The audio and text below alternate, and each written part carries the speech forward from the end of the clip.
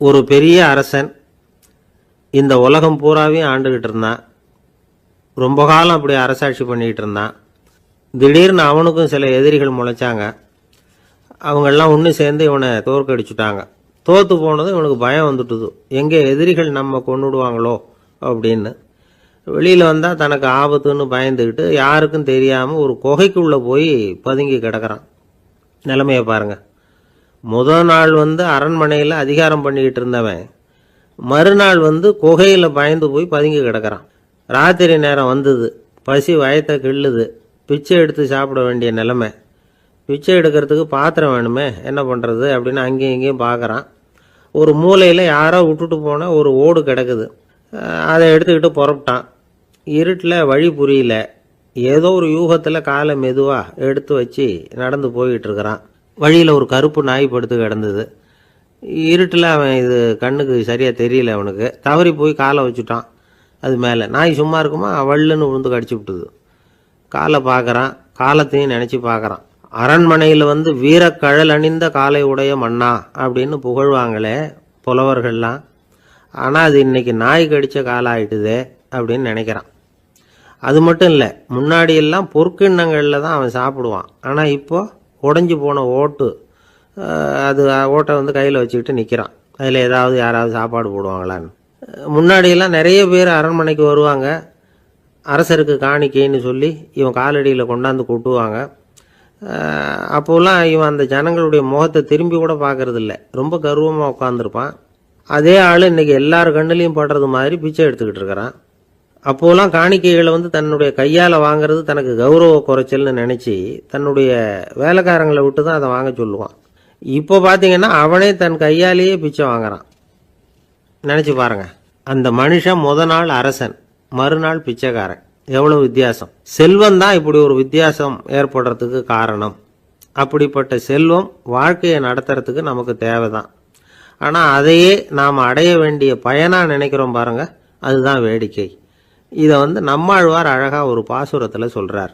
ஒரு நாயகமாய் ஓட உலகுடன் ஆண்டவர், கருணாய் கவர்ந்த காலர், சிதைகிய பானையர், பெருநாடு காண இம்மையிலே பிச்சைதாம் கொள்வர், திருநாரணன் தாழ் காலம் பெற சிந்தித்து உய்மினோ அப்படிங்கிறார் நம்மாழ்வார். ஒரு பெரிய பணக்காரர் ஒரு துறவிகிட்ட போய், சாமி என்கிட்ட நிறைய பணம் இருக்குது, இருந்தாலும் நிம்மதி இல்லை, என்னால் நிம்மதியாக இருக்க முடியல, என்ன காரணம்னு கேட்டாராம். உடனே அந்த துறவி இதுக்கு நேரடியாக பதில் சொல்லாமல் பக்கத்தில் நின்றுக்கிட்டு இருந்த ஒரு குழந்தைய கூப்பிட்டார். அது ஓடியாந்தது. ஒரு ஆப்பிள் பழத்தை எடுத்து அது கையில் கொடுத்தார். அதை வாங்கிக்கிட்டு குழந்தை சிரிச்சுது. இன்னொரு பழத்தை எடுத்து கொடுத்தார். அதை இன்னொரு கையில் வாங்கிட்டு சிரிச்சுது. மூணாவது ஆப்பிள் எடுத்து கொடுத்தார். 2 பழத்தையும் நெஞ்சில் அணைச்சிக்கிட்டு 3வது பழத்தையும் வாங்கிறதுக்கு முயற்சி பண்ணிச்சு. ஆனால் அது உடனே நழுவி கீழே விழுந்து உருண்டு ஓடிச்சு. ஏற்கனவே இருந்ததும் விழுந்துட்டுது. இப்போ அந்த குழந்தை அழ ஆரம்பிச்சுட்டுது. இப்போ அந்த துறவி பணக்காரர்கிட்ட சொன்னாராம், குழந்தைய கவனிச்சியா, 2 ஆப்பிள் போதும்னு அது நினச்சிருந்தா இப்போ அது அழ வேண்டிய அவசியம் வந்திருக்குமா அப்படின்னாராம். எதுவுமே அளவுக்கு மிஞ்சினா துன்பந்தான். இந்த காலத்தில் இதெல்லாம் யார் காதில் வாங்குறாங்க? ஒருத்தனை நல்ல வழிக்கு கொண்டு வரணும்னு நினச்சி அவனை கூப்பிட்டு உட்கார வச்சு இந்த கதையை சொல்லிகிட்டு இருந்தாங்க. சொல்லிவிட்டு அந்த குழந்தை செஞ்சது தப்பு தானே அப்படின்னு கேட்டிருக்கிறாங்க. ஆமாம், தப்பு தான், நானாக இருந்தால் அப்படி செஞ்சிருக்க மாட்டேன் நானா இவன். 2 பழமே போதும்னு சொல்லியிருப்பியா அப்படின்னு கேட்டிருக்காங்க. அப்படி இல்லைங்க, அவர் கொடுக்க கொடுக்க ஒவ்வொரு பழமாக வாங்கி பின்னாடி வச்சுட்டு மறுபடியும் கையை நீட்டுவேன் அப்படிங்கிறானா. இவெல்லாம் எந்த காலத்தில் திருந்துறது?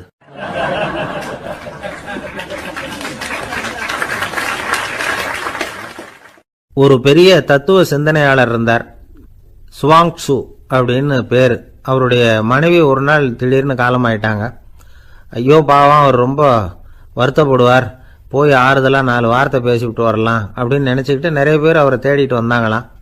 வந்தவங்களுக்கு ஆச்சரியம், ஏன்னா இவர் வருத்தப்பட்டுக்கிட்டு இருப்பார் அப்படின்னு தானே எதிர்பார்த்தாங்க. அப்படி இல்லை, தாளம் போட்டுக்கிட்டு உட்காந்துருக்கிறார். தாளத்துக்கு தகுந்த மாதிரி பாட்டு வேற பாடிக்கிட்டு இருக்கிறார். என்ன மனுஷன் அவர், கொஞ்சம் கூட கவலை இல்லாமல் இப்படி இருக்கிறாரு அப்படின்னு நினச்சாங்க. ஒருத்தர் துணிஞ்சு அவர்கிட்ட கேட்டுவிட்டார், என்னங்க இது இப்படி அப்படின்னு. அதுக்கு அவர் என்ன சொன்னார் தெரியுமா? இதை பாருங்க, என்னுடைய மனைவி பிறக்கிறதுக்கு முன்னாடி அவளுக்கு உயிரும் கிடையாது, உடலும் கிடையாது. அதுக்கு பிறகுதான் உயிர் வந்தது, உடல் வந்தது, அந்த உருவம் வந்தது. இப்போ என்ன ஆச்சு? அந்த உருவமும் உயிரும் போயிட்டுது, அவ்வளவுதானே. வந்தது போயிட்டுது.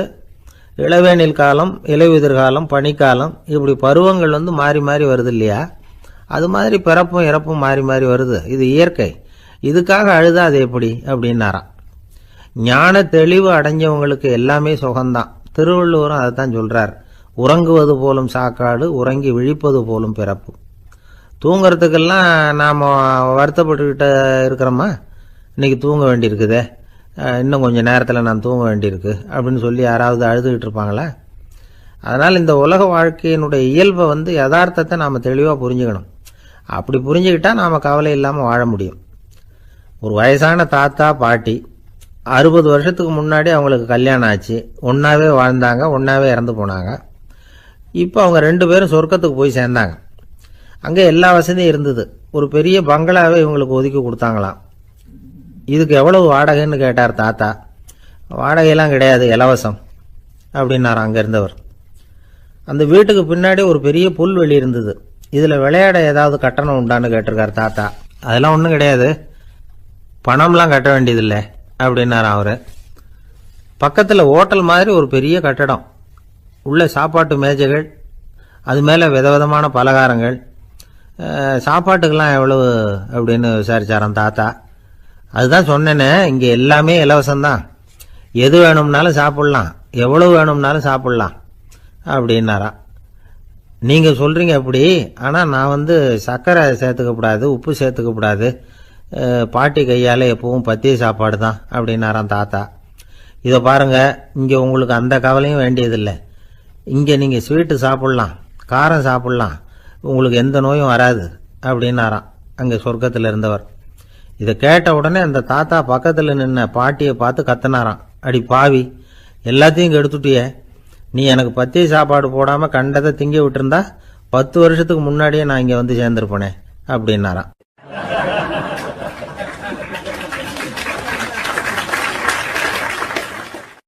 ஒரு நாள் ஒரு 10-15 பள்ளிக்கூடத்து பிள்ளைங்க தேடிட்டு வந்தாங்க. உங்களை பார்த்துட்டு தான் போகணும், அதுக்காக தான் வந்திருக்கோம்னாங்க. என்ன விஷயம்னு கேட்டோம். நாங்கள்லாம் கூடி ஒரு முடிவு பண்ணியிருக்கிறோம், அதை உங்ககிட்ட சொல்லணும் அப்படின்னாங்க. அதுவும் ஒரு வாண்டு பையன் அதை சொன்னான். என்ன முடிவு அது அப்படின்னு கேட்டோம் ரொம்ப ஆர்வமாக. அதை இப்போ சொல்ல மாட்டோம், எங்களுக்கு பிடிக்கிற மாதிரி ஏதாவது ஒரு தகவல் சொன்னால் அதுக்கப்புறம் நாங்கள் அதை சொல்கிறோம் அப்படின்னா அந்த வாண்டு பையன். சரி, சின்ன பையன்கிட்ட இன்றைக்கி வசமாக மாட்டிக்கிட்டோம் அப்படின்னு நினச்சிக்கிட்டு அவங்களுக்கு தகுந்த மாதிரி ஒரு கதை சொல்ல ஆரம்பித்தோம்.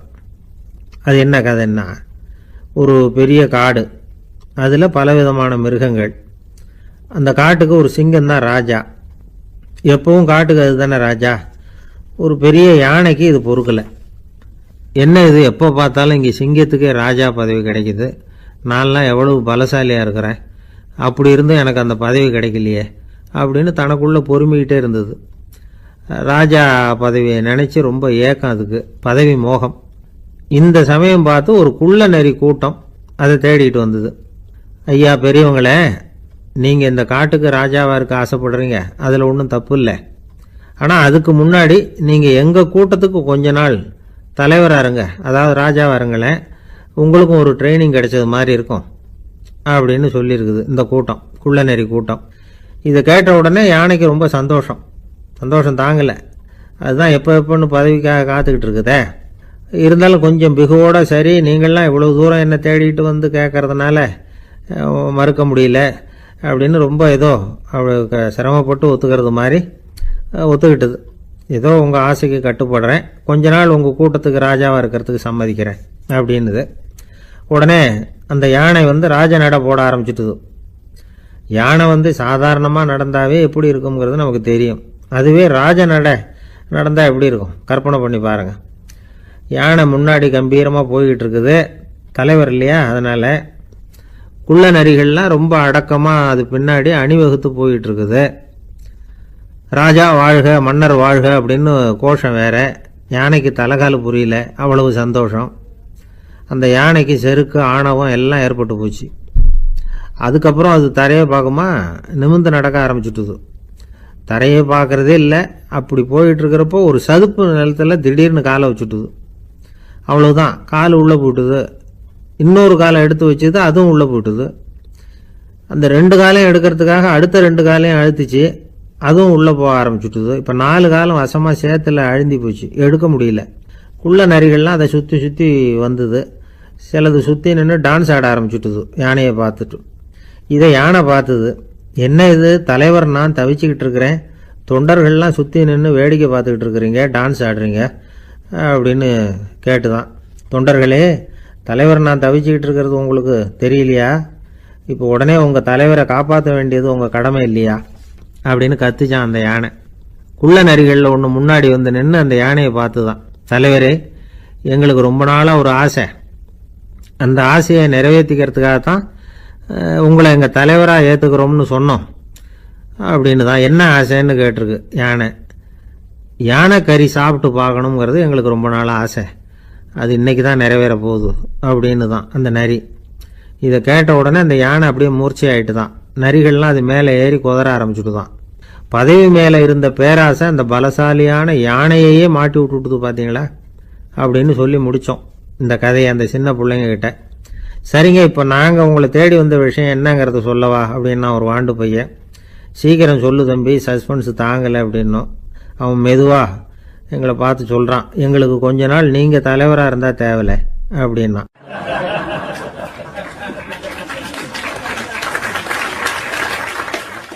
ஒரு காட்டுல ஒரு முனிவர் இருந்தார். ஒரு நாள் அவரை தேடிட்டு 4 பேர் வந்தாங்க. சுவாமி, எங்களுக்கு ரொம்ப நாளா ஒரு சந்தேகம்னாங்க. என்னன்னு கேட்டார். இந்த உலகத்துல எவ்வளவோ காரியங்கள் நடக்குது, எது நியாயம் எது அநியாயம் அப்படின்னு புரிஞ்சுக்க முடியலன்னாங்க. அது யாராலையும் புரிஞ்சுக்க முடியாதுன்னார் முனிவர். வந்தவங்களுக்கு ஆச்சரியமா போச்சு, ஒரு மாதிரியா பார்த்தாங்க. இதை முனிவர் கவனிச்சார். சரி, புறப்படுங்க என்னோடன்னார். எங்கன்னு கேட்டாங்க. இப்போ உங்க 4 பேரையும் ஒரு புஷ்பக விமானத்துல அழைச்சிட்டு போறேன். இந்த உலகத்துல சர்வசாதாரணமா நடக்கக்கூடிய ஒரு காட்சியை உங்களுக்கு காட்ட போறேன். நீங்க பார்க்க போற அந்த காட்சி நியாயமா அநியாயமா அப்படிங்கிறத என்கிட்ட சொல்லணும். நீங்க சரியான பதில் சொன்னா புஷ்பக விமானத்துல தொடர்ந்து பிரயாணம் பண்ணலாம். தவறான பதில் சொன்னா இந்த புஷ்பக விமானம் உங்களை கீழே தள்ளி விட்டுரும் அப்படின்னார். 4 பேருக்கும் பயம்தான், இருந்தாலும் முனிவர் கூப்பிடுறாரு அப்படின்னு சொல்லி புறப்பட்டாங்க. அவங்க எல்லாரும் புறப்பட்டு ஒரு காட்டு வழியா போயிட்டு இருக்கிறாங்க புஷ்பக விமானத்துல. அங்க நடக்கிற ஒரு காட்சியை காட்டுறார் முனிவர். அதோ அங்க பாருங்கன்னார். அந்த விமானத்துல இருந்தபடியே எல்லாரும் கீழே குனிஞ்சு பாக்குறாங்க. அங்க ஒரு தாய் புலி அப்பதான் குட்டி போட்டிருக்கு. குட்டிகளை ஈன்ற உடனே பசிக்கு இறை தேடி அந்த பக்கமா வருது. அதே நேரம் ஒரு தாய் மான், அதுவும் அப்பதான் குட்டி போட்டிருக்கு. அதுவும் இதே மாதிரி குட்டிகளை ஈன்ற உடனே பசிக்கு இறை தேடி அந்த பக்கமா வருது. இப்ப அந்த புலி அந்த மானை அடிச்சு போட்டுடுது, அதுவும் சாப்பிடுது, குட்டிகளுக்கும் கொடுக்குது. இப்போ அந்த புலி குட்டிகள் முகத்துல மகிழ்ச்சி, தாயை இழந்த அந்த மான் குட்டிகள் முகத்துல துக்கம். இப்போ அந்த முனிவர் 4 பேர்கிட்டையும் கேட்கிறார், நீங்க இங்க பாத்தீங்களே, இதுல எது நியாயம் எது அநியாயம்? ஒவ்வொருத்தரா சொல்லுங்க. உங்க பதில் சரியில்லைன்னா இந்த விமானம் உங்களை கீழே தள்ளி விட்டுரும், சொல்லுங்க பார்க்கலாம்னார்.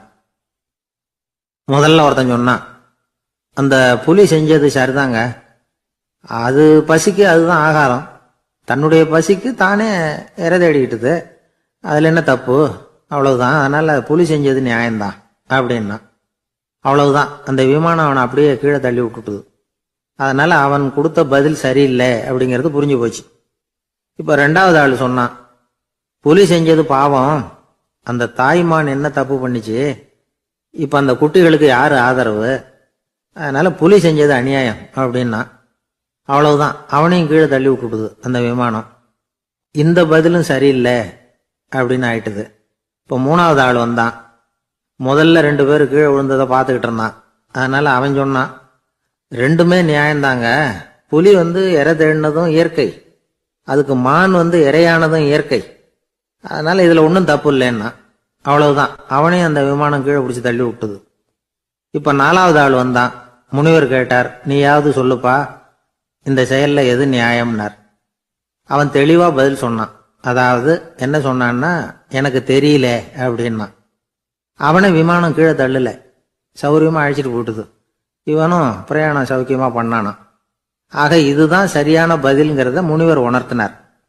இந்த கதையிலிருந்து நாம புரிஞ்சுக்க வேண்டியது என்னன்னா, இந்த உலகத்துல எவ்வளவோ காரியங்கள் நடக்குது.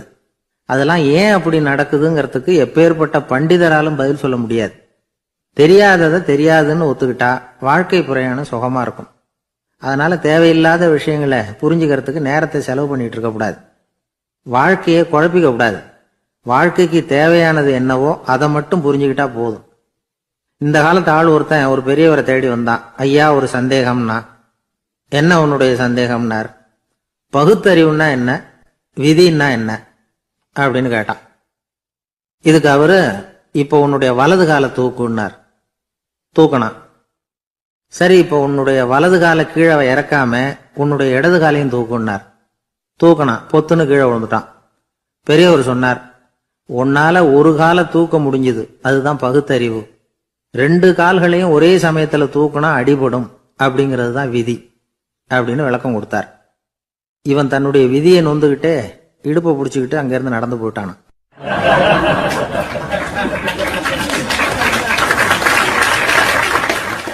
ஒரு ஊர்ல ஒரு கோயில் இருந்தது. ரொம்ப பழைய கோயில். உள்ள போறதுக்கே பயமா இருக்கும். எந்த நேரத்துல இடிஞ்சு விழுந்துருமோ அப்படிங்கிற பயம்.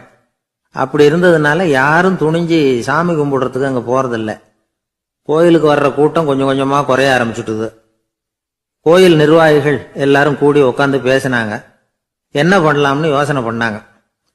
எந்த இடம் மோசமா இருக்கோ அந்த இடத்த பழுது பார்த்தாங்க. அங்க எங்க வர்ணத்தை பூசி கொஞ்சம் அழகுபடுத்தி பார்த்தாங்க. ஏதோ இந்த ஊர்ல கோயில்னு ஒன்று இருக்கு, அது மக்களுக்கு தெரியணும் அப்படிங்கிறதுக்காகத்தான் இப்படிலாம் பண்ணாங்க. இருந்தாலும் கோவில் இருக்கிற நிலைமை மக்களுக்கு தெரியும். அதனால அங்க வர்றது குறைச்சிக்கிட்டாங்க அவங்க. ஒரு கட்டத்துல யாருமே வர்றதில்லை. நிலைமை அந்த அளவுக்கு ஆயிட்டுது. மறுபடியும் கோவில் நிர்வாகிகள் கூட்டம் நடந்தது. இந்த கூட்டம் கூட கோயிலுக்கு உள்ள நடக்கல, இடிஞ்சு விழுந்துருமோங்கிற பயம். அதனால வெளியில தான் உட்காந்து கூட்டத்தை நடத்தினாங்க. ஏன்னா உள்ள போறதுக்கு அவங்களுக்கும் துணிச்சல் கிடையாது. எந்த நேரமும் விழுந்துரும் போல இருந்தது அது. அது வழியா போறவங்க கூட வேகமா அந்த இடத்த கடந்து போக ஆரம்பிச்சுட்டாங்க. கோவில் நிர்வாகிகள் வெளியில உட்காந்து கூட்டம் போட்டாங்க இல்லையா, அந்த கூட்டத்துல 4 தீர்மானங்களை நிறைவேற்றினாங்க. அது என்ன 4 தீர்மானம்னா, முதல் தீர்மானம், இந்த கோவிலை இடிப்பது அப்படிங்கிற முடிவை இந்த கமிட்டி மிகவும் வருத்தத்துடன் ஏற்றுக்கொள்ளுகிறது அப்படின்னு நிறைவேற்றினாங்க. இதுக்கு பதிலா இன்னொரு கோவிலை உடனடியாக கட்டி முடிச்சுடணுங்கிறது 2வது தீர்மானம். 3வது தீர்மானம் என்ன தெரியுமா? பழைய கோவிலின் கதவுகள், அதிலிருந்து பிரிச்சு எடுக்கிற செங்கல், இதையே புது கோவில் கட்டுவதற்கு பயன்படுத்தி கொள்ள வேண்டியது. பழைய கோவில் இருந்த மாதிரியே அதே வடிவத்துல புது கோவிலையும் கட்ட வேண்டியது. பழைய கோவிலின் அஸ்திவாரத்தை அப்படியே வச்சுக்கிட்டு அதுக்கு மேல நாம கோயிலை கட்டிக்க வேண்டியது. இதுதான் 3வது தீர்மானம். இதையும் கமிட்டி முழு மனசோட ஏத்துக்கிட்டது. இது வரைக்கும் சரி. இப்ப அந்த கமிட்டி 4வதா ஒரு முக்கியமான தீர்மானத்தை கொண்டுகிட்டு வந்து அதையும் ஏகமனதா நிறைவேற்றி விட்டது. அது என்ன தீர்மானம்னா, புதிய கோவில் கட்டி முடிக்கிற வரைக்கும் பழைய கோவிலை இடிக்கிறதில்லை அப்படிங்கிற தீர்மானம். எப்படி இருக்குது பாருங்க இது. பழசை இடிக்காத வரையில அதே இடத்துல புதுசா எப்படி கட்ட முடியும்? பல விஷயங்கள்ல நாம நடந்துகிற முறையும் இப்படிதான் இருக்குதான். வாழ்க்கையில முன்னேறணும்னு ஆசைப்படுவோம். அதே நேரத்துல அந்த முன்னேற்றத்துக்கு எது தடையா இருக்கோ அதை விட்டு விடுறதுக்கும் மனசு வராது. வெளிநாட்டுல ஒரு பெரிய விருந்து நடந்துகிட்டு இருந்துதான். எல்லாரும் மது கோப்பையும் கையுமா அலைஞ்சுகிட்டு இருக்கிறாங்க. ஒருத்தர் மட்டும் கையில எதுவும் இல்லாம ரொம்ப நல்ல பிள்ளையா சாதுவா ஒரு ஓரமா தனியா உட்கார்ந்துருக்கிறார். அவர்கிட்ட நெருங்கி, வாங்க மது சாப்பிடலாம் அப்படின்னு கூப்பிட்டாங்களாம். என்ன வற்புறுத்தாதீங்க, நான் என் மனசுக்குள்ள உறுதியா தீர்மானம் பண்ணிவிட்டேன் அப்படின்னாராம். என்ன தீர்மானம் பண்ணியிருக்கீங்க அப்படின்னு கேட்டிருக்காங்க. ஏற்கனவே முழு போதையில் இருக்கும் பொழுது மறுபடியும் மது கோப்பையை தொடரதில்லை அப்படின்னு தீர்மானம் பண்ணியிருக்கேன் அப்படின்னாராம்.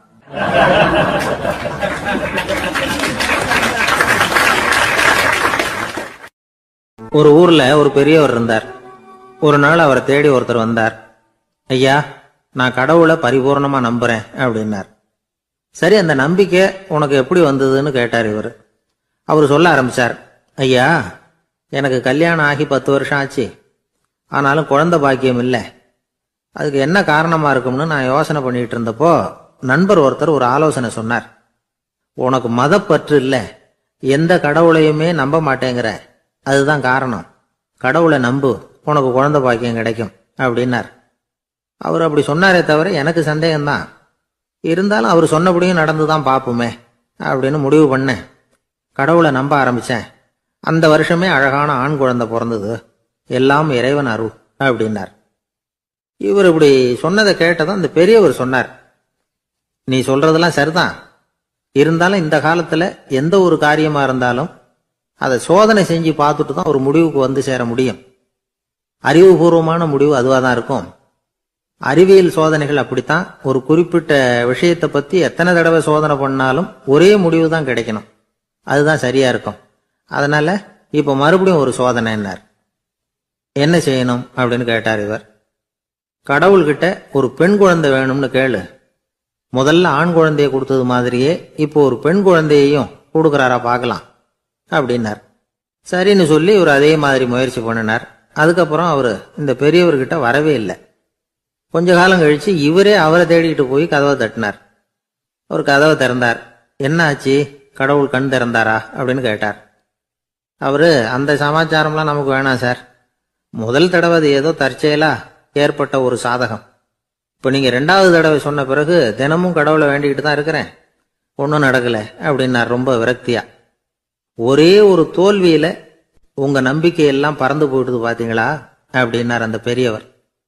எல்லாம் நல்ல விதமா நடக்கிற வரைக்கும் நம்பிக்கை, எதிர்பார்த்தது தோல்வியில முடிஞ்சுட்டுதுன்னா அவநம்பிக்கை. மற்றவர்கள் பேர்ல வைக்கிற நம்பிக்கை எந்த நேரத்திலையும் விவகாரமாகி விடக்கூடிய சாத்தியம் உண்டு. நாம நம்பிக்கை வைக்க வேண்டியது நம்ம கிட்ட தான். நமக்குள்ள இருக்கிறார் கடவுள். எனவே நம்ம பேர்ல நாம வைக்கிற நம்பிக்கை தான் உண்மையான கடவுள் பக்தி. நிபந்தனையற்ற நம்பிக்கையா அது இருக்கணும். எல்லாம் நல்லபடியா நடந்துகிட்டு இருந்தா எந்த முட்டாளுக்கும் நம்பிக்கை வரத்தான் செய்யும் அப்படிங்கிறது ஒரு பெரியவர் கருத்து. தியானத்தின் மூலமா தான் உனக்குள்ள ஆழமா தோண்டுனா உன்னுடைய அடி ஆழத்துல நம்பிக்கை வந்து அப்படி ஊற்றெடுக்கும், அதை பார்க்க முடியும் அப்படிங்கிறது பெரியவர்கள் சிந்தனை. ஒரு குழந்தை அப்பாவை பார்த்து என்னப்பா பண்றேன்னு கேட்டுதான். பிரார்த்தனை பண்ணிட்டு இருக்கிறேன்னாராம் அப்பா. பிரார்த்தனை பண்ணுனா என்ன கிடைக்கும் அப்படின்னு கேட்டுதான் குழந்தை. எல்லாம் கிடைக்கும் அப்படின்னாராம் அப்பா. நீ வச்சிருக்கிறிய பேனா அது கூட கிடைக்குமான்னு கேட்டுதான் குழந்தை. ஓ, கிடைக்குமேன்னு இருக்கார். அப்படின்னா அந்த பேனாவை என்கிட்ட கொடுத்துரு, நீ பிரார்த்தனை பண்ணி வேற பேனா வாங்கிக்கோ அப்படின்னு தான் அந்த குழந்தை.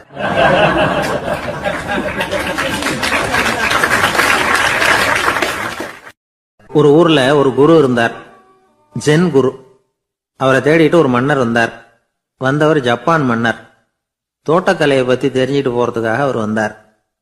எப்படி தோட்டம் அமைக்கிறது அப்படிங்கிறத பத்தி அந்த குரு விவரமா சொல்லி கொடுத்தாரு. 1 நாள் 2 நாள் இல்ல, 3 வருஷம் கத்து கொடுத்தார். அதுக்கப்புறம் சொன்னார், நான் கத்து கொடுத்துட்டேன், இனிமே நீங்க போகலாம், போய் தோட்டம் அமைக்கலாம், அதுதான் உங்களுக்கு பரிசை. தோட்டம் அமைச்ச பிறகு சொல்லி அனுப்புங்க, நான் வந்து பார்க்கறேன். நீங்க இங்க என்னவெல்லாம் கத்துக்கிட்டீங்களோ அதையெல்லாம் அங்க செயல்முறையில செஞ்சு காட்டுங்க அப்படின்னு சொல்லி அனுப்பி வச்சார். மன்னர் போனார். அரண்மனைக்கு பக்கத்திலேயே ஒரு பெரிய தோட்டத்தை உண்டு பண்ணினார். அழகான மரங்களையும் செடிகளையும் உருவாக்குனாரு. கிட்டத்தட்ட 1000 தோட்டக்காரர்களை பயன்படுத்தி 3 வருஷங்கள் முயற்சி பண்ணி அந்த அழகான தோட்டத்தை உருவாக்கினார். குரு கிட்ட இருந்து செய்தி வந்தது, நாளைக்கு வந்து தோட்டத்தை பார்க்கறேன் அப்படின்னு. மன்னர் உடனே சுறுசுறுப்பாயிட்டார். முதல் நாளே தோட்டத்தை சுத்தப்படுத்தினார். ராத்திரி பூரா யாரும் தூங்கல. எல்லாருக்கும் தோட்டத்தை ஒழுங்குபடுத்துற வேலை. அது அந்தந்த இடத்துல ஒழுங்கா இருக்குதா அப்படின்னு சரி பார்த்தாங்க. ஒரு தவறும் இல்லாத வகையில் அதை ஒழுங்குபடுத்தினாங்க. மறுநாள் குரு வந்தார், தோட்டத்தை பார்த்தார். அவருக்கு கோபம் வந்துட்டுது. மன்னருக்கு ஆச்சரியம், எப்பவும் சிரிச்சுக்கிட்டே இருக்கிறவர் இப்ப எப்படி இருக்கிறாரே அப்படின்னு. மெதுவா குரு கிட்ட போய் எல்லாம் சரியா தானே இருக்குது அப்படின்னார். எல்லாம் சரிதான், ஆனாலும் எங்கே அந்த பொன்னிற காற்று அப்படின்னார். உதிர்ந்த இலைகள், பொன் மஞ்சள் நிற இலைகள் காற்றில் அப்படி புரண்டு ஓடுவதை நான் பார்க்க முடியவில்லையே அப்படின்னாராம். அது இல்லாம இந்த தோட்டம் உயிரோட்டம் உள்ளதா இருக்காது, இதுல பாடல் இல்லை, ஆடல் இல்லை, அதெல்லாம் இல்லாம இந்த தோட்டம் ரொம்பவும் செயற்கையா தெரியுதேன்னாராம். மன்னர் இப்பதான் யோசனை பண்ணார். கீழே கிடந்த காஞ்சி போன இலைகள் மட்டும் இல்ல, மரத்துல இருந்த காஞ்சி போன இலைகளையும் அப்புறப்படுத்தி சுத்தமா வச்சிருக்கிறார். இறப்பும் வாழ்க்கையினுடைய ஒரு பகுதி தான். மரணம்ங்கிறது வாழ்க்கைக்கு எதிரானது அல்ல, அதை நிரப்பும் ஒரு பகுதி தான் அது. மரணம் இல்லையில் வாழ்க்கையே இல்லை அப்படிங்கிறது பெரியவங்க கருத்து. இப்ப அந்த தோட்டம் அழகா தான் இருக்குது, இருந்தாலும் அது ஒரு ஓவியம் மாதிரி உயிர் இல்லாமல் இருக்கு. குரு ஒரு வாளியை கையில எடுத்துக்கிட்டார். தோட்டத்தை விட்டு வெளியில போனார். ஏற்கனவே வீசி எறிந்த அந்த சருகுகளை எல்லாம் அள்ளி கொண்டுட்டு வந்தார். உள்ள எல்லா இடங்கள்லயும் அதை வீசினார். உடனே காத்து அந்த காய்ந்த சருகுகளையும் பழுத்த இலைகளையும் அசைக்க ஆரம்பிச்சுட்டுது. இப்போ அங்க சலசல சத்தம், சங்கீதம், இலைகளின் நடனம், ஓவியம் மாதிரி இருந்த அந்த தோட்டத்துக்கு இப்போ உயிர் வந்துட்டுது. இதுதான் அந்த பொன்னான காற்று அப்படின்னாராம் குரு. மன்னருக்கு புரிஞ்சுது. மிகப்பெரிய ஜென் கேள்வி ஒன்று உண்டு. உம்மான் அப்படிங்கிற ஒரு பெரிய குருவை பார்த்து துறவி ஒருத்தர் கேட்டாராம், இலைகள் எல்லாம் கீழே விழுந்து மரங்கள் மொட்டையாக இருக்கும் பொழுது என்ன நடக்கும்? இதுதான் கேள்வி. இதுக்கு உம்மான் சொன்ன பதில் பொன்னான காற்று, தி கோல்டன் விண்ட் அப்படின்னாராம். இதுக்கு என்ன விளக்கம்னா, உன்னுடைய எண்ணங்கள் எல்லாம் உன்னுடைய மனசிலிருந்து கீழே விழுந்து உனது உள்ளுணர்வானது மொட்டையாக நிற்கும் நிலைதான் அது. உனது வேர்களின் அருகில் காற்று வீசுகிறது. எல்லா எண்ணங்களும் உன்னிலிருந்து வெகு தூரத்துக்கு புரண்டு கொண்டே சென்று விடுகிறது. நீ அவற்றை கடந்து விட்டால் நீ அவைகளுக்கெல்லாம் மேலெழுந்து கீழே பார்ப்பவனைப் போல நிற்க ஆரம்பித்து விடுவாய். அதுதான் தியானம் என்பது அப்படின்னு சொல்றாங்க. தியானம்ங்கிறது எண்ணத்துக்கு எதிரானதில்லை. தியானம்ங்கிறது எண்ணங்களை கடந்து செல்வதுதான். அதுக்கப்புறம் நாம பொன்னிற காற்றுல ஆட ஆரம்பிச்சிருவோம். இதுதான் பெரியவர்கள் சொல்றது. என்கிட்ட ஒருத்தர் தோட்டம் அமைக்கணும்னு யோசனை கேட்டு வந்தார். எல்லாம் சொல்லி கொடுத்தேன். செடிகள்லாம் செழிப்பா வளரணும்னா வேர் காயாம பாத்துக்குங்க, தினமும் தண்ணி விடுங்க அப்படின்னு சொல்லி அனுப்பி வச்சேன். ஒரு மாசம் கழிச்சு ஒரு தோட்டத்தை பாக்கிறதுக்காக போனேன். போய் பார்த்தா எல்லா செடியும் வாடி கிடக்குது. என்னங்க இப்படி பண்ணிவிட்டீங்கன்னு. நீங்க சொன்னபடிதான் செஞ்சேன்னார். என்ன செஞ்சீங்கன்னு கேட்டேன். வேறு காயாம பார்த்துக்க சொன்னீங்க, தினமும் ஒரு தடவை எல்லா செடியையும் ஒவ்வொன்னா புடுங்கி பார்த்து வேறு காயாம இருக்கா அப்படின்னு பார்த்துட்டு அதுக்கப்புறம் தண்ணி பாய்ச்சனே, அவ்வளவுதான் அப்படின்னார்.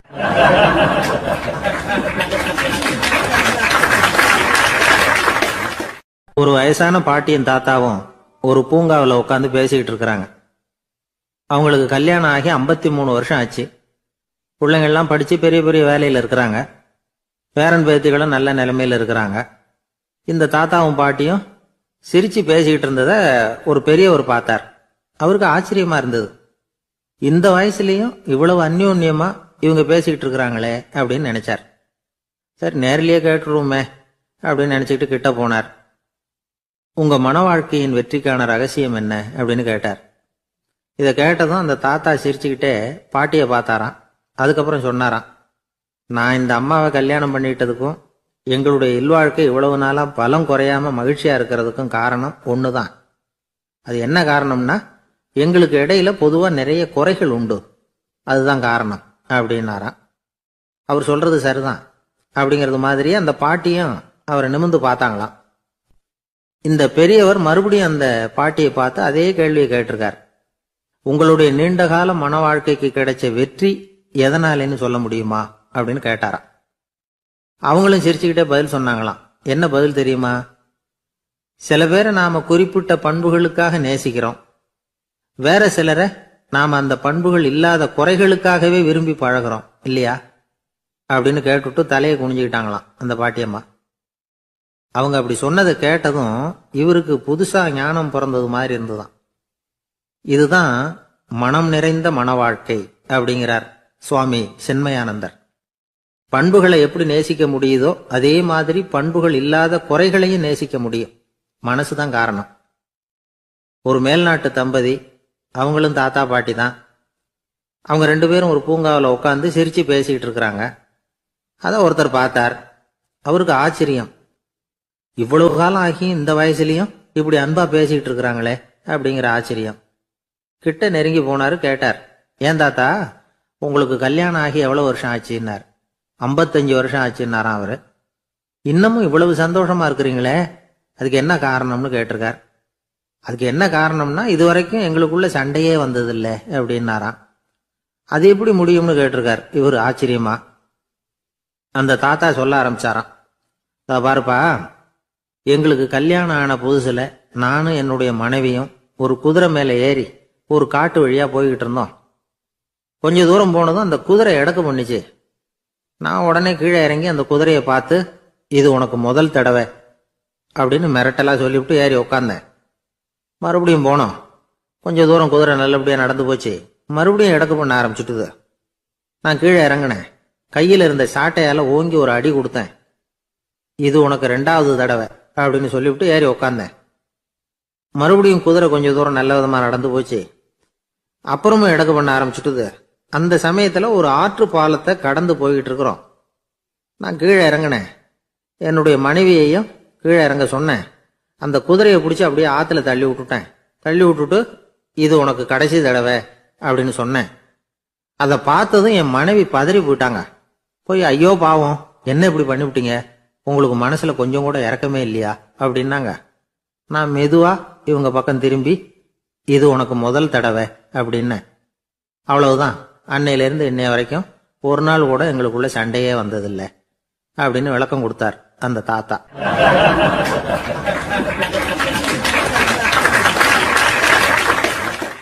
ஒரு ஆளு வேகமா நடந்து போய்கிட்டு இருந்தான். அவன் வேகமா நடக்கிறதுக்கு காரணம் வெயில் காலம், காலில் செருப்பு இல்லை, மணல் பாதை, அதுதான் வேகம். காலில் செருப்பும் இல்லாம கையில குடையும் இல்லாம அந்த ஆளு வெயில்ல நடந்து போய்கிட்டு இருக்கிறான். அந்த சமயத்துல இன்னொருத்தன் குதிரை மேல ஏறி அந்த வழியா வந்துகிட்டு இருக்கிறான். அவன் காலில் செருப்பும் இருந்தது, கையில குடையும் இருந்தது. நடந்து போய்கிட்டு இருந்தவன் அந்த குதிரை ஆசாமியை பார்த்து கேட்டான், ஐயா, நீங்களும் குதிரை மேல உட்காந்துக்கிட்டு போய்கிட்டு இருக்கிறீங்க, அப்படி இருக்கிறப்போ உங்களுக்கு அந்த செருப்பு என்னத்துக்கு, அதை எனக்கு கொடுத்து உதவலாமே அப்படின்னா. குதிரை மேல உட்காந்துருந்தவன் யோசனை பண்ணி பார்த்தான். இவன் சொல்றது நியாயம்தானே அப்படின்னு சொல்லி தன்னுடைய செருப்பை கழட்டி அந்த வழிப்போக்கனுக்கு கொடுத்துட்டான். ரொம்ப நல்லதுங்க அப்படின்னு சொல்லி இவன் அதை வாங்கி காலில் மாட்டிக்கிட்டான். அதுக்கப்புறம் மறுபடியும் இவன் ஆரம்பிச்சான், ஐயா, நீங்க குதிரையில போறதுனால போக வேண்டிய இடத்துக்கு வேகமா போய் சேர்ந்துருவீங்க, அதனால உங்க கையில் அந்த குடை என்னத்துக்கு, நான் நடந்து போயிட்டு இருக்கிறவன் ரொம்ப நேரம் நடக்க வேண்டியிருக்கும் இந்த வெயில்ல, அதனால அந்த குடையையும் எனக்கு கொடுங்களேன் அப்படின்னா. குதிரை வீரன் யோசனை பண்ணி பார்த்தான். இதுவும் நியாயம்தானே அப்படின்னு அவனுக்கு தோணுச்சு. உடனே இறக்கப்பட்டு தன் காலில் இருந்த செருப்பை கொடுத்தது மாதிரியே தன் கையில் இருந்த கொடையையும் இவங்கிட்ட கொடுத்துட்டான். அதுக்கப்புறம் அவன் நிம்மதியாக புறப்பட்டான். இப்போ மறுபடியும் கை தட்டி அவனை நிறுத்தினான். கீழே நின்றுட்டு இருந்தவன், என்னப்பா, ஏன் என்ன நிறுத்தின, இன்னும் ஏதாவது வேணுமா உனக்கு அப்படின்னா குதிரையில் இருந்தவன். இவன் மெதுவாக வாயை திறந்து, அந்த குதிரையையும் என்கிட்ட கொடுத்துருங்களேன்னா. அந்த குதிரை வீரன் இப்போ ஒரு கணம் யோசனை பண்ணி பார்த்தான். உடனே என்ன பண்ணான் தெரியுமா, தன்கிட்ட இருந்த குதிரை சவுக்கை எடுத்தான். குதிரை சவுக்கால அந்த ஆளை வாங்குவாங்கன்னு வீசி தள்ளிவிட்டான். இவ்வளவு சவுக்கடியும் வாங்கிக்கிட்டு இந்த ஆள் என்ன பண்ணான் தெரியுமா, சிரிக்கிறான். அடி வாங்கிட்டு யாராவது சிரிப்பாங்களா? குதிரை வீரனுக்கு ஒன்றும் புரியல. என்னப்பா அது, ஏன் இப்படி அடி வாங்கிட்டு இப்படி சிரிக்கிறியே அப்படின்னு கேட்டான். இப்ப அந்த வழிப்போக்கன் சொல்றான், ஐயா, நான் இப்படி சிரிக்கிறதுக்கு காரணம் இருக்கு. இப்படி குதிரை கேட்டு உங்ககிட்ட அடி வாங்கலைன்னு வச்சுக்கோங்க, என் உயிர் உள்ள வரைக்கும் மனசுல ஒரு தவிப்பு இருந்துகிட்டே இருக்கும். செருப்பையும் கொடையையும் கேட்ட உடனே கொடுத்தவன் குதிரையையும் கேட்டிருந்தா கொடுத்துருப்பானோ அப்படிங்கிற பேராசையில ஏங்கிக்கிட்டே இருந்திருப்பேன். இப்போ உங்ககிட்ட அடி வாங்கின பிறகு என்னுடைய அந்த சந்தேகம் தீர்ந்து போச்சு. என்னுடைய ஆசைக்கு எல்லை எது அப்படிங்கறத எனக்கு புரிஞ்சுட்டுது அப்படின்னு சொல்லிவிட்டு அவன் நடக்க ஆரம்பிச்சுட்டானான். ஆசைக்கும் எல்லை உண்டு அப்படிங்கிறத விளக்கறதுக்காக வாரியார் சுவாமிகள் சொல்ற கதை இது. இந்த காலத்திலயும் ஒருத்தன் அது மாதிரி கொடை செருப்போட குதிரையில போய்கிட்டு இருந்தான். எதிரில் நடந்து வந்தவன், ஐயா, உங்க கொடையை எனக்கு கொடுங்களேன்னு கேட்டான். உடனே அவன் குதிரையிலிருந்து கீழே குதிச்சு அவனை சாட்டையால் அடிக்க ஆரம்பிச்சுட்டான். இன்னொருத்தர் அந்த வழியா வந்தவர் இதை பார்த்தார். ஏன்பா, அவன் கேட்டான், உன்னால முடியலன்னா இல்லைன்னு சொல்லிட வேண்டியதுதானே, அதுக்காக ஏன் இப்படி அவனை போட்டு அடிக்கிறேன்னு கேட்டார். உங்களுக்கு விவரம் புரியாது சார், காலம் ரொம்ப கெட்டு போச்சு.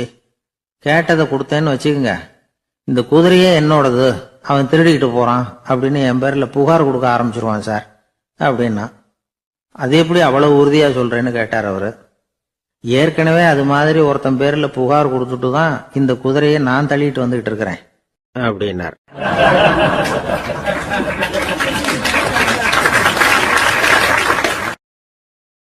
நாட்டுல நல்லவங்க ஒருத்தர் 2 பேர் இருக்கிறதுனால தாங்க மழையே பெய்யுது அப்படின்னு சொல்றது உண்டு. நல்லார் ஒருவர் உளரேல் அவர் பொருட்டு எல்லாருக்கும் பெய்யும் மழை. சில சமயம் ரொம்ப பேர் திடீர்னு நல்லவங்களா ஆயிடுவாங்க போல இருக்கு. அதனால தான் விடாம பேய் மழையா கொட்டி தீர்த்துடுது. எல்லாரும் நல்லவங்களாயிட்டா உலகமே தாங்காது போல இருக்க. அப்பப்போ ஒருத்தர் 2 பேர் நல்லவங்களாகணும், அப்பதான் சீரா மழை பெய்யும். மாசத்துக்கு 3 பேர் நல்லவங்களானா மாதம் மும்மாரி பொழியும். இதெல்லாம் வேடிக்கை பேச்சு. இப்போ இதெல்லாம் ஒரு பக்கம் இருக்கட்டும். இப்போ விஷயத்துக்கு வருவோம். ஒரு கும்பலில் நல்லவன் யார் அப்படிங்கிறத எப்படி கண்டுபிடிக்கிறது? இதுக்கு ஒரு வேடிக்கை கதை உண்டு. என்னுடைய நண்பர் ஒருத்தருக்கு அவங்க பாட்டியம்மா சொன்ன கதையும் அது. அது என்ன கதைன்னா, ஒரு ஊரில் ஒரு சமயம் பலமான மழை பெய்ய ஆரம்பிச்சுட்டு தான். இடி மின்னல் ரொம்ப கடுமையாக இருந்திருக்குது. ஆரம்பித்த மழை வர வர கடுமையாக ஆகிட்டு இருக்குதே தவிர நிற்கிற பாடா தெரியல. ஊர் ஜனங்கள்லாம் பார்த்தாங்க. இதுக்கு மேலேயும் வீட்டு உள்ள இருந்தால் ஆபத்துங்கிறத புரிஞ்சுக்கிட்டாங்க. ஏன்னா வீடெல்லாம் இடிஞ்சு விழுந்துருமோங்கிற பயம்.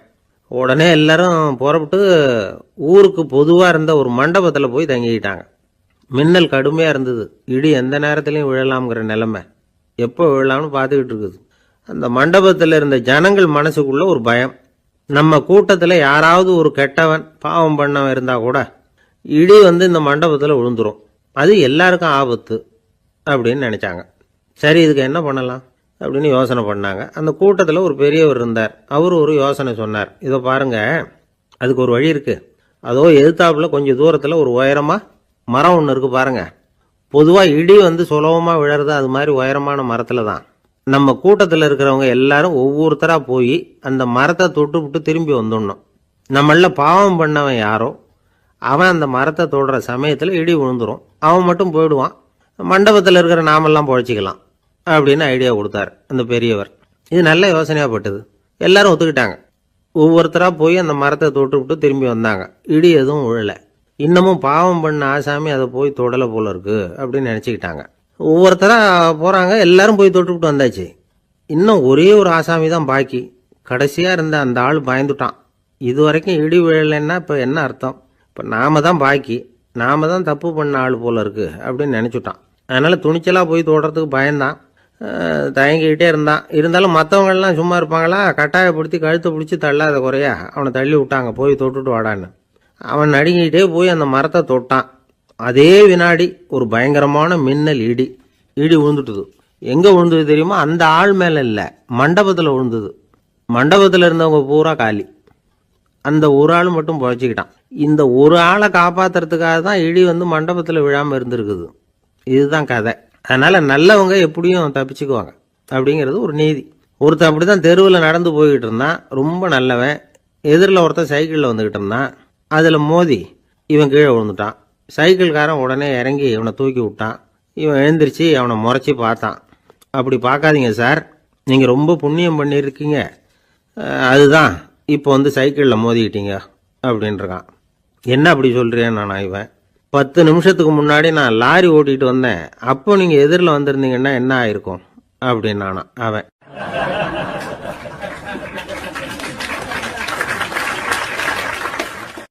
காசியில் இருக்கிற கடவுள் காசி விஸ்வநாதர், அங்கே இருக்கிற தேவி காசி விசாலாட்சி. இவங்க 2 பேரும் ஒரு நாள் பேசிக்கிட்டு இருந்தப்போ கடவுள் சொன்னார், இந்த மனிதர்களை நாம் ரொம்பவும் நம்பிக்கையோடு தான் படைச்சிருக்கிறோம். இருந்தாலும் அவங்களுக்கு தான் நம்பிக்கை இல்லை, எதுலேயும் ஒரு உண்மையான நம்பிக்கை இல்லாமல் வாழ்ந்துக்கிட்டு இருக்கிறாங்க அப்படின்னார். என்ன அப்படி சொல்கிறீங்க? அதோ பாருங்கள், எவ்வளவு பேர் காசியை தேடிட்டு கங்கையில் குளிச்சுக்கிட்டு இருக்கிறாங்க.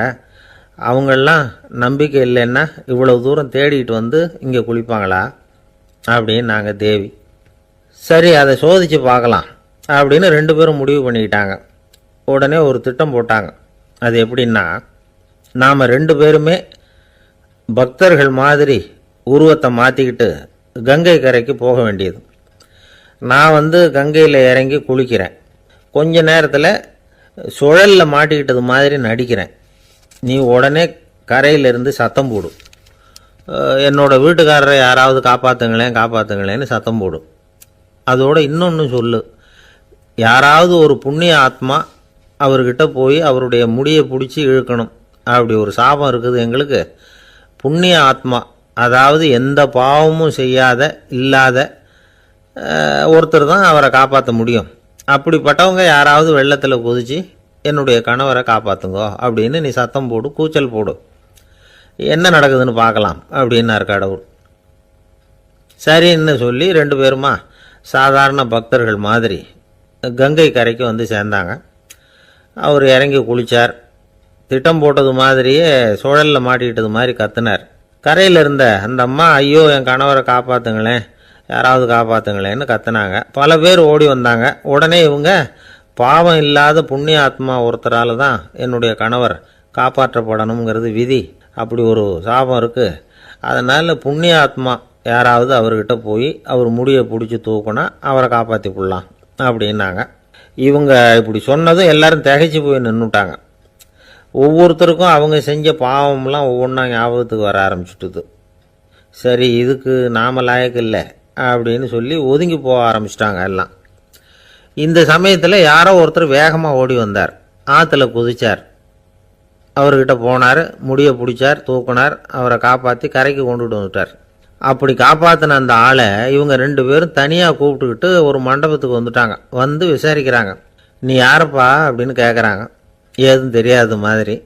நான் இந்த ஊர் அன்ன சத்திரத்தில் வேலை செய்கிற ஒரு சமையல்காரன் அப்படிங்கிறார். நீ வந்து கங்கையில் குளிக்கிறது உண்டான்னு கேட்டிருக்காங்க. நான் இந்த ஊர்லேயே தான் இருக்கிறேன், இருந்தாலும் தினமும் கங்கையில் குளிக்கிறது இல்லை, எப்பாவது ஒரு நாள் அங்கே குளிப்பேன் அப்படின்னார். கங்கையில் மூழ்கி எழுந்திரிச்சா பாவம்லாம் தொலையும்னு சொல்கிறாங்க. அப்படி இருக்கிறப்போ அங்கே இன்னைக்கு கங்கையில் குளிச்சுக்கிட்டு இருக்கிறவங்கெல்லாம் தங்களை வந்து புண்ணிய ஆத்மாவா நினைக்கல. கங்கையில் குளிக்காத நீ உன்னை வந்து புண்ணிய ஆத்மாவா நினச்சி என்னை காப்பாற்ற வந்திருக்கிற, அது எப்படி அப்படின்னு கேட்டார். அதுக்கு அந்த ஆள் சொல்கிறான், கங்கையில் குதிச்சதுக்கு அப்புறம் தானே உங்களை காப்பாற்ற போகிறோம், அப்படி குதிக்கும் பொழுது என்னுடைய பாவம்லாம் போயிருக்கும்ல, நான் புண்ணிய ஆத்மாவாக ஆயிருப்பேனே, அதனால தான் துணிஞ்சு வந்து உங்களை காப்பாற்றினேன் அப்படின்னா. கடவுளும் தேவியும் அவனுக்கு வந்து காட்சி கொடுத்தாங்களாம். இப்படி ஒரு கதை உண்டு. அதாவது கங்கையில் குளிச்சுக்கிட்டு இருக்கிறவங்களுக்கே தங்களுடைய பாவம் போகுங்கிற நம்பிக்கை பரிபூர்ணமாக இல்லை, குளிக்காத ஒருத்தனுக்கு அந்த நம்பிக்கை இருந்தது. அதனால் அவனால் கடவுளை பார்க்க முடிஞ்சது. கடவுளை வந்து நாமளும் பார்க்க முடியுமா முடியாதா அப்படிங்கிற குழப்பம்லாம் நமக்கு வேண்டியதில்லை. நம்பிக்கையோடு வாழணுங்கிற உண்மையை மட்டும் இந்த கதையிலேருந்து புரிஞ்சுக்கிட்டா போதும். ஏன்னா இந்த கதையை கேட்டுட்டு ஒரு நண்பன் குதர்க்கமாக ஒரு கேள்வி கேட்டான். ஏன் சார், கங்கையில் குளித்தா பாவம் போயிடும்னு சொல்கிறீங்களே, நான் எனக்கு வேண்டாத ஒருத்தனை அழைச்சிட்டு போய் கங்கையிலேயே தள்ளி விட்டுட்டு அதுக்கப்புறம் அங்கேயே முழுக்க போட்டுட்டு நான் செஞ்ச பாவத்தை வந்து அதுலேயே கழுவி விட்டுட்டு மறுபடியும் உங்ககிட்ட வந்துடுறேன்னு வச்சுக்கோங்க, நீங்கள் என்னை வந்து புண்ணிய ஆத்மான்னு ஏற்றுக்குவீங்களா அப்படிங்கிறான். ஆள் கொஞ்சம் அசந்தான் நம்மளே அங்கே அழைச்சிட்டு போனாலும் போயிடுவான். வாழ்க்கையில் சில சந்தர்ப்பங்களில் நாம் வந்து சில அவமானங்களை சந்திச்சே தீர வேண்டியிருக்கு. என்ன பண்ணுறது, காலம் அப்படி. அவமானப்படுறவங்க உடனே அடங்கி போயிடுறது தான் உலக வழக்கம். அவமானப்பட்டால் உடனே சீறி எழறவங்களும் உண்டு. ஆனால் அதையே ஒரு சவாலாக எடுத்துக்கிட்டு முன்னுக்கு வர்றவங்களும் சில பேர் இருக்கிறாங்க. அவங்க ரொம்ப அபூர்வம். இன்றைக்கி மனோதத்துவ நிபுணர்கள்லாம் என்ன சொல்கிறாங்க தெரியுமா, அவமானப்பட்டுட்டா உடனே அடங்கி போயிடக்கூடாதான், அதையே ஒரு சவாலாக எடுத்துக்கிட்டு மனசில் ஒரு வைராக்கியத்தோடு முயற்சி பண்ணினா வாழ்க்கையில் எல்லாரும் முன்னேறலாமா. அவமானம்ங்கிறத நாம் வந்து வைராக்கியமாக மாற்றிக்கணும், அதுதான் வெற்றிக்கு வழி. ராமர் வந்து இந்த பூமியில் பிறந்ததே ஒரு வைராக்கியத்தினால தான் சார் அப்படின்னார் ஒருத்தர். எப்படிங்க அது அப்படின்னு கேட்டேன். அவர் சொன்னார், தசரதருக்கு ராமர் வந்து குழந்தையா வந்து பிறக்கணும், அப்போ தான் இங்கே இருக்கிற கஷ்டங்கள்லாம் நீங்கும் அப்படின்னு சர்வ லோகமும் எதிர்பார்த்துக்கிட்டு இருக்குது. ஆனால் அவர் எப்போ வந்து பிறப்பார் அப்படின்னு யாருக்கும் தெரியல.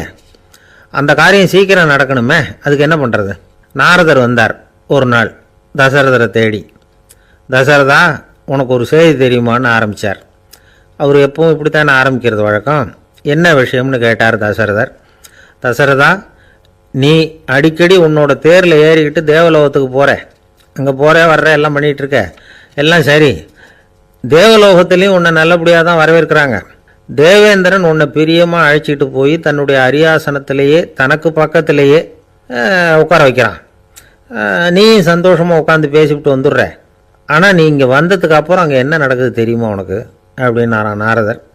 என்ன நடக்குது எனக்கு ஒன்றும் தெரியலையே அப்படின்னாரான் தசரதர். நாரதர்கிட்ட வந்து கிட்டத்தில் வந்து கேட்டிருக்கார், கொஞ்சம் சொல்லுங்கள் என்னது அப்படின்னு. அவர் நெருங்கி வந்தாரான் நாரதரும். மெதுவாக அவர் காதோட காதாக சொன்னாராம். அதாவது நம்ம பாஷையில் சொல்லப்போனால் பற்ற வைக்கிறார். நீ அங்கே தேவேந்திரங்கிட்ட உட்காந்து பேசிவிட்டு வந்த பிறகு நீ அங்கே உட்காந்துருந்த அரியாசனத்தை தண்ணி ஊற்றி கழுவி சுத்தப்படுத்துகிறாங்க. நீ என்ன அந்த அளவுக்கு சுத்தம் இல்லாத ஆளா, தினம் குளிக்காமையாக இருக்கிற அப்படின்னாராம். தசரதருக்கு இது ரொம்ப அவமானமாக போயிட்டுது. அப்படியே செய்கிறாங்க அப்படின்னாராம். ஆமாம், நீ வேணும்னா நான் சொல்கிறது உண்மையா இல்லையா அப்படின்னு சோதனை பண்ணி பார்த்துக்கோ அப்படின்னாரான் நாரதர். உடனே தசரதர் இதுக்காகவே புறப்பட்டு தேவலோகம் போனார். அங்கே வழக்கம் போலவே இவரை கூப்பிட்டு உட்கார வச்சு பேசிக்கிட்டு இருந்தான் தேவேந்திரன். கொஞ்ச நேரம் பேசிக்கிட்டு இருந்துட்டு சரி நான் கிளம்புறேன்னு புறப்பட்டார். சரி, அவனும் வாசல் வரைக்கும் வந்து வழி அனுப்பி வச்சுட்டு உள்ளே போயிட்டான். தசரதர் வெளியில் கொஞ்ச நேரம் மறைஞ்சி இருந்துட்டு மெதுவாக உள்ளே எட்டி பார்த்தார் என்ன நடக்குதுன்னு. நாரதர் சொன்னது உண்மைதான். தசரதர் உட்கார்ந்திருந்த ஆசனத்தை அங்கே 2 தேவர்கள் கழுவி சுத்தப்படுத்திக்கிட்டு இருக்கிறாங்க. தசரதரால் இதை தாங்கிக்க முடியல. அவருக்கு ரொம்ப அவமானமாக போச்சு. நேராக கிடுகிடுன்னு தேவேந்திரங்கிட்டே போனார். நான் உட்காந்துருந்த இருக்கையே சுத்தம் பண்ணுறியே, நான் என்ன அந்த அளவுக்கு பாவியா அப்படின்னு கேட்டார். ரொம்ப கோபமாக கேட்டார். தசரதரே, மனுஷனுக்கு 3 கடன்கள் உண்டு. தேவ கடன், ரிஷி கடன், பித்ரு கடன். இதை தீர்க்காதவன் பாவியாகிறான். இதில் மகனை பெறுவதால் தான் பித்ரு கடன் தீரும். உனக்கு மகன் கிடையாது, அதனால் நீ பாவியாகிற. பாவி உட்கார்ந்துருந்த இடம்ங்கிறதுனால அதை சுத்தம் செய்ய வேண்டியது எங்கள் கடமை அப்படின்னு நானும் தேவேந்திரன். இந்த இடத்துல தசரதருக்கு ஏற்பட்ட அவமானம் ஒரு வைராக்கியமாக மாறிச்சு.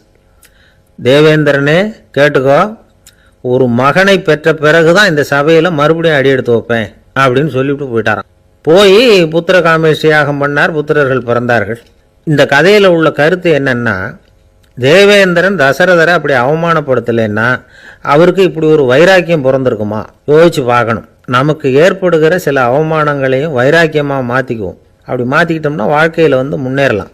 நம்ம ஆளுங்க சில பேர் அவமானத்தை வந்து வைராக்கியமாக மாற்றிக்கிறது எப்படி தெரியுமா? நம்மகிட்ட ஒரு பையன் சொன்னான், எங்கள் அப்பா என்னை எல்லாருக்கும் முன்னாடி வச்சு திட்டிவிட்டார், பொறுப்பு இல்லாமல் ஊர் சுற்றுறேன்னு சொல்லி அவமானப்படுத்தி விட்டார். இனிமேல் நீ என் முகத்திலேயே முழிக்காதரா போடான்னு வேற சொல்லிவிட்டார். எனக்கு ரோஷம் வந்துட்டுது. அந்த அவமானத்தை வைராக்கியமாக மாற்றிக்கிட்டேன். அன்னையிலேருந்து அவர் முகத்திலேயே முழிக்கிறதில்ல அப்படின்னா. அப்படியான்னு கேட்டோம். ஆமாங்க, அவர் வீட்டில் இல்லாத நேரமாக பார்த்து உள்ளே சமையல் கட்டுக்கு போய் சாப்பிட்டுட்டு நைஸாக வெளியில் வந்துடுவேன் அப்படிங்கிறான் அவன். ஜவஹர்லால் நேரு பிரதமராக இருந்த சமயம் அவர் ஒரு தடவை சென்னைக்கு வந்திருக்கிறார். இங்கே சில முக்கிய நிகழ்ச்சிகளில் கலந்துக்கிறதுக்காக வந்திருந்தார். ஆளுநர் மாளிகையில் ஒரு நாள் ராத்திரி தங்கி மறுநாள் புதுடெல்லி புறப்படுறதாக ஏற்பாடு. நிகழ்ச்சியிலெல்லாம் முடிச்சுக்கிட்டு ஆளுநர் மாளிகையில் தங்கி இருக்கிறார். அன்றைக்கு இரவு படிக்கிறதுக்கு ஒரு முக்கியமான புத்தகம் அவருக்கு தேவைப்பட்டது.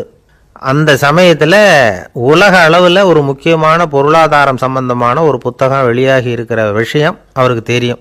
அந்த புத்தகம் மெட்ராஸுக்கு வந்திருக்குமா, அது இங்கே கிடைக்குமா அப்படின்னு விசாரிச்சிருக்கிறார் நேருஜி. அவர் இப்படி கேட்ட உடனே அங்கே இருந்தவங்கெல்லாம் ரொம்ப பரபரப்பாக செயல்பட ஆரம்பிச்சுட்டாங்க. முக்கியமான இடங்கள்ல எல்லாம் விசாரிச்சிருக்கிறாங்க அந்த புத்தகம் உங்ககிட்ட இருக்கான்னு. சென்னையில் உள்ள கன்னிமாரா நூல் நிலையத்துக்கு எப்படியும் அந்த புத்தகம் வந்திருக்கணும் அப்படின்னு ஒரு நம்பிக்கை. அங்கே விசாரித்தாங்க. அந்த புத்தகம் 2 நாளைக்கு முன்னாடி தான் அங்கே வந்திருக்குது அப்படிங்கிற விஷயம் தெரிஞ்சுது. உடனே எல்லாரும் அங்கே ஓடினாங்க. அவங்களுக்கு இன்னொரு சந்தேகம், புத்தகம் வந்திருக்கு சரி, அது இந்த சமயத்தில் வேற யாரும் படிக்கிறதுக்கு எடுத்துகிட்டு போயிருக்கக்கூடாதே அப்படிங்கிற சந்தேகம் இருந்தாலும் மனசுக்குள்ள ஒரு தைரியம். இப்படி ஒரு புத்தகம் வெளிவந்திருக்கிற விஷயமே நேருஜி சொல்லி தான் நமக்கே தெரியும். அதுவும் இல்லாமல் உலக பொருளாதாரம் சம்பந்தமான ஏதோ ஒரு புத்தகம் அது. அதை போய் இந்த நேரத்தில் அவ்வளவு ஆர்வமாக யார் எடுத்துகிட்டு போயிட போகிறாங்க அப்படிங்கிற தைரியம். இந்த தைரியத்தோடு அந்த நூல் நிலையத்துக்கு ஓடினாங்க. புத்தகத்தை தேடினா அது கிடைக்கல. யாரோ எடுத்துகிட்டு போயிருக்கிறாங்க. நேருவுக்கு மட்டுமே தெரிஞ்சிருந்த அந்த புத்தகம் பற்றின விஷயம் சென்னையில் வேற ஒருத்தருக்கும் தெரிஞ்சிருக்குது. உடனே எல்லாரும் பரபரப்பாக அந்த அதுக்குன்னு இருக்கிற ரிஜிஸ்டர் இருக்குல்ல, பதிவேடு, அதை புரட்டி பார்க்குறாங்க யார் எடுத்துகிட்டு போகிறாங்கன்னு தெரிஞ்சுக்கிறதுக்காக. எடுத்துகிட்டு போனவங்க அதில் கையெழுத்து போட்டிருப்பாங்கல்ல, அதை பார்த்து யாருன்னு தெரிஞ்சுக்கலாம் அப்படிங்கிறதுக்காக தான் அதை புரட்டுறாங்க.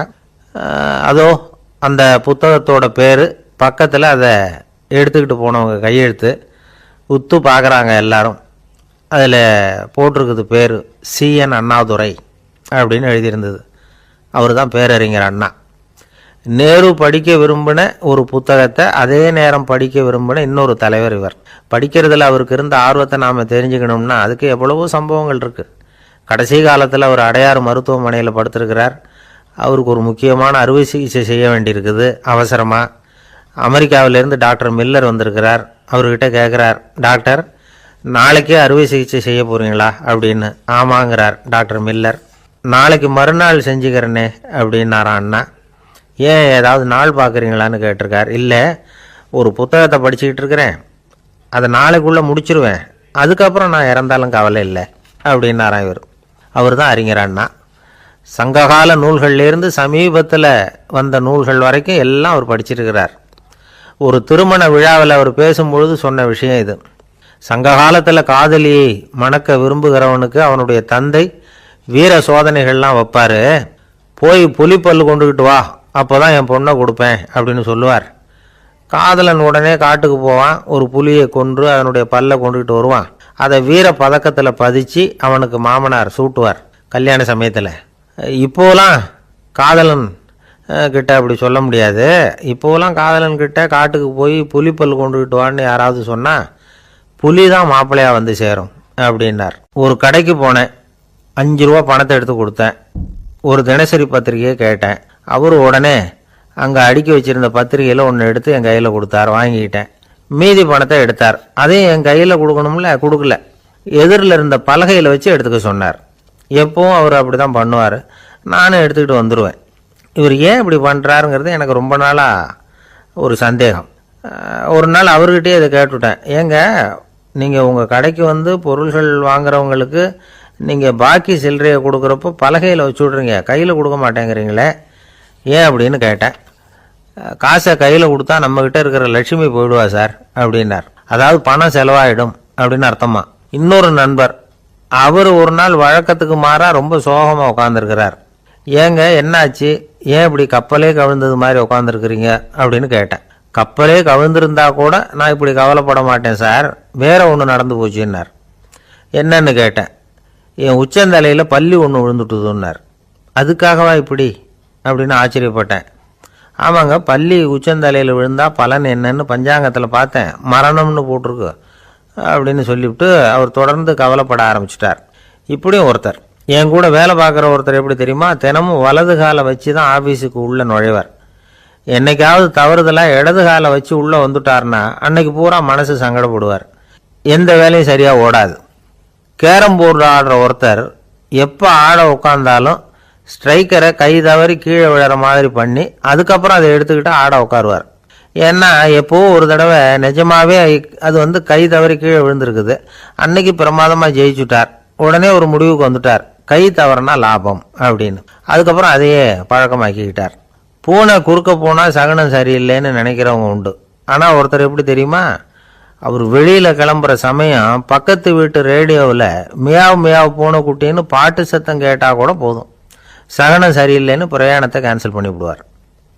இப்போ இவ்வளவு எதுக்கு சொல்கிறோம்னா, அளவுக்கு மீறின சகுன நம்பிக்கைகள் இருக்கு பாருங்க, இதோட பயமும் சேர்ந்துக்கிட்டதுன்னு வச்சுக்கோங்க, இது ஒருத்தருடைய மனநிலையை பாதிச்சிடும். இது வந்து உளவியல் நிபுணர்கள் சொல்கிற கருத்து. வாழ்க்கையே தடுமாற வச்சிரும். பாதுகாப்பு இல்லாத உணர்வு, ஒரு விதமான டிப்ரெஷன் மனநிலை, இதெல்லாம் தான் இதுக்கு காரணமாக அமையலாம். ஒரு காலத்தில் பிரஷ்யா அப்படின்னு ஒரு தேசம் இருந்தது. இப்போ ஜெர்மனி இருக்குல்ல, இதோட பெரும்பகுதி ஒரு காலத்தில் பிரஷ்யாங்கிற பேரில் இருந்தது. அப்போ அதுக்கு அரசராக இருந்தவர் மகா ஃப்ரெடரிக், அதாவது ஃப்ரெடரிக் தி கிரேட் அப்படின்னு சொல்லுவாங்க. அந்த ராஜாவுக்கு ஒரு சந்தேகம், நாம் பல வகையான வரிகளை விதித்து வசூல் பண்ணுறோம், அப்படி பண்ணி வருமானம் குறைஞ்சிக்கிட்டே போகுதே, இதுக்கு என்ன காரணமாக இருக்கும்? இதுதான் அவருக்கு ஏற்பட்ட சந்தேகம். ஒரு சமயம் அந்த அரசர் தம்முடைய அமைச்சர்களையும் பிரபுக்களையும் தளபதிகளையும் கூப்பிட்டு ஒரு விருந்து வச்சார். விருந்து முடிஞ்சதும் அவங்கள பார்த்து இந்த சந்தேகத்தை கேட்டார். வரிகள் அதிகமாக விதித்து வருமானம் குறையறதுக்கு என்ன காரணம் அப்படின்னு கேட்டார். பல பேருக்கு இதுக்கு சரியாக பதில் சொல்ல தெரியல. அனுபவசாலியான ஒரு தளபதி எழுந்திருச்சார். அரசே, அது எப்படிங்கிறத இப்போ உங்களுக்கு காட்டுறேன்னார். உடனே ஒரு பெரிய பனிக்கட்டி ஒன்றை தன்னுடைய கையில் எடுத்தார். அதை அப்படியும் எப்படியும் திருப்பி பார்த்தார். அப்புறம் அடுத்தவர்கிட்ட கொடுத்தார். அவர் அதை அப்படியும் எப்படியும் திருப்பி பார்த்துட்டு அடுத்தபடியாக இருந்தவர்கிட்ட கொடுத்தார். இப்படியே இதை ஒவ்வொருத்தராக பார்த்துட்டு ஒவ்வொரு கையாக மாறி கடைசியில் மன்னர் கைக்கு போய் சேர்ந்தது. மன்னர் கைக்கு அந்த பனிக்கட்டி போய் சேர்ந்தப்போ அது கொஞ்சம் கொஞ்சமாக உருகி ஒரு பட்டாணி கடலை சைஸுக்கு ஆயிட்டுது. மன்னர் யோசனை பண்ணார், வரி அதிகமாக போட்டாலும் வந்து சேர்றது குறைவாக இருக்கிறதுக்கு என்ன காரணம் அப்படிங்கிறது அவருக்கு புரிஞ்சு போச்சு. காலம்தான் மாறிட்டு இருக்கே தவிர இந்த கையூட்டு வாங்குற பழக்கம் மாறினதாக தெரியல. இன்னொரு ராஜா இருந்தார். அவர் தன்னுடைய ராஜாங்கத்தில் லஞ்ச ஊழலே சுத்தமாக இருக்கக்கூடாது அப்படின்னு நினச்சார்.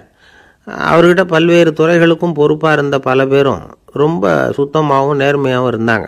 ஒரே ஒருத்தர் மட்டும் எல்லார்கிட்டையும் லஞ்சம் வாங்கிட்டே இருந்தார். அவரை வேறு வேறு துறைகளுக்கு மாற்றி பார்த்தாரு. அந்த ராஜா என்னென்னமோ பண்ணி பார்க்குறாரு. எந்த வேலையை கொடுத்தாலும் அதுலேயும் லஞ்சம் வாங்குறதுக்கு ஒரு வழியை உண்டு பண்ணிக்குவார் அந்த ஆள். ராஜாவுக்கு இது ஒரு பெரிய தலைவலியாக போட்டுது. இவர் என்ன பண்ணுறது, இவருக்கு என்ன வேலையை கொடுக்கறது, கொஞ்சம் கூட லஞ்சம் வாங்கிறதுக்கு சான்ஸே இல்லாத ஒரு வேலையை கொடுக்கணும் அப்படின்னு திட்டம் போட்டார். ஒரு நாள் அவருக்கு அந்த உத்தரவும் போட்டுட்டார். அதாவது அவருக்கு என்ன வேலைன்னா, கடற்கரையில் தான் அவருக்கு ஆஃபீஸ். அங்கேயே இருந்துக்க வேண்டியது. தினமும் எத்தனை கடல் அலை கரையில் வந்து மோதுது அப்படிங்கிறத கணக்கு எடுத்து ராஜாவுக்கு தெரிவிக்க வேண்டியது. இதுதான் அவருக்கு வேலை. பேசாமல் அலையை எண்ணிட்டு உட்காந்துருக்கிட்டோம், அப்போவாவது அவர் லஞ்சம் வாங்குகிற சந்தர்ப்பம் இல்லாமல் போயிடும் அவருக்கு அப்படின்னு நினச்சார் ராஜா. இந்த ஆள் கடற்கரைக்கு போய் டியூட்டியில் ஜாயின் பண்ணிக்கிட்டார். ஒரே மாதத்தில் அங்கே சொந்தமாக ஒரு பிரம்மாண்டமான மாளிகை கட்டிவிட்டார். ராஜாவுக்கு இது பெரிய ஆச்சரியமாக போச்சு. அலையை என்ற வேலையில் அந்த ஆள் எப்படி பணம் சம்பாதிச்சார் அப்படின்னு விசாரித்து பார்த்தார் அக்கம் பக்கத்தில். அந்த ஆள் என்ன பண்ணியிருக்கிறாருன்னா, கடற்கரையில் போய் பொறுப்பை ஏற்றுக்கிட்ட உடனே அங்கே இருந்த மீனவர்கள்கிட்ட எல்லாம் இந்த கரையில் வந்து ஒரு நாளில் வந்து மோதுகிற அலைகள் எத்தனை அப்படின்னு கேட்டிருக்காரு. அது எப்படிங்க தெரியும்னு இருக்காங்க அவங்க. தினமும் அந்த எண்ணிக்கை தெரியணும். நம்ம ராஜாவுக்கு தினமும் அறிக்கை அனுப்பணும், டெய்லி ரிப்போர்ட்டு. தவறுனா நீங்கள் இந்த கடலில் போய் மீன் பிடிக்கிறதுக்கு ராஜாவோட அனுமதி கிடைக்காது அப்படின்ட்டுருக்காரு. உடனே மீனவர்கள்லாம் பயந்து போட்டாங்க. கடலுக்கு போகிறதுக்கு அனுமதி இல்லைன்னா பட்டினி கிடக்கிறது மாதிரி ஆகிடுமே. மெதுவாக அந்த ஆளுகிட்ட போனாங்க, காதோட காதாக சொன்னாங்க, ஐயா எங்களால் வந்து கடல் அலையை வந்து எண்ண முடியாது. தினமும் எங்களால் முடிஞ்சதை உங்களுக்கு பணமாக கொடுத்துட்றோம். நீங்கள் தான் ராஜா கிட்ட சிபாரிசு பண்ணி நாங்கள் தொடர்ந்து மீன் பிடிக்கிறதுக்கு அனுமதி வாங்கி கொடுக்கணும் அப்படின்னு வேண்டிக்கிட்டாங்க. பணம் தினமும் வந்து சேர ஆரம்பிச்சுட்டுது. பதவியில் மற்ற பதவியோட இந்த பதவி எவ்வளவோ மேல் அப்படின்னு நினச்சிட்டோம் அந்த ஆள். அது மட்டும் இல்லை, தயவு பண்ணி என்னை இந்த இடத்த விட்டு மாற்றி விடாதீங்க சார் அப்படின்னு வேற கேட்க ஆரம்பிச்சிட்டானா. எனக்கு இது மட்டும்தான் சார் தெரியும், இதை தவிர வேற எதுவும் தெரியாது அப்படின்னு சொல்லிக்கிட்டே காலம் தள்ளுறவங்க ரொம்ப பேர். அவங்க எல்லாம் கஷ்டப்பட வேண்டியிருக்கும். ஒருத்தர் தன்னுடைய தொழிலில் ரொம்ப கெட்டிக்காரராக இருக்கலாம். அதுக்காக எப்பவும் அதே ஞாபகத்தில் இருந்துக்கிட்டு உலகியல் அறிவு இல்லாமல் இருந்துடக்கூடாது, அது ஆபத்து. இதுக்காக நம்ம தாத்தா பாட்டிலாம் ஒரு கதை சொல்லுவாங்களே, கேள்விப்பட்டிருக்கீங்களா? ஒரு சமயம் ஒரு 4 பேர் சேர்ந்து வெளியூருக்கு பிரயாணம் போனாங்களாம். அந்த 4 பேர் எப்படி தெரியுமா? ஒருத்தர் வந்து வேதாந்தி, இன்னொருத்தர் சங்கீத வித்வான், 3வது ஆள் வைத்தியர், 4வது ஆள் ஜோசியர். இவங்க 4 பேரும் நண்பர்கள். அதனால் சேர்ந்து புறப்பட்டாங்க.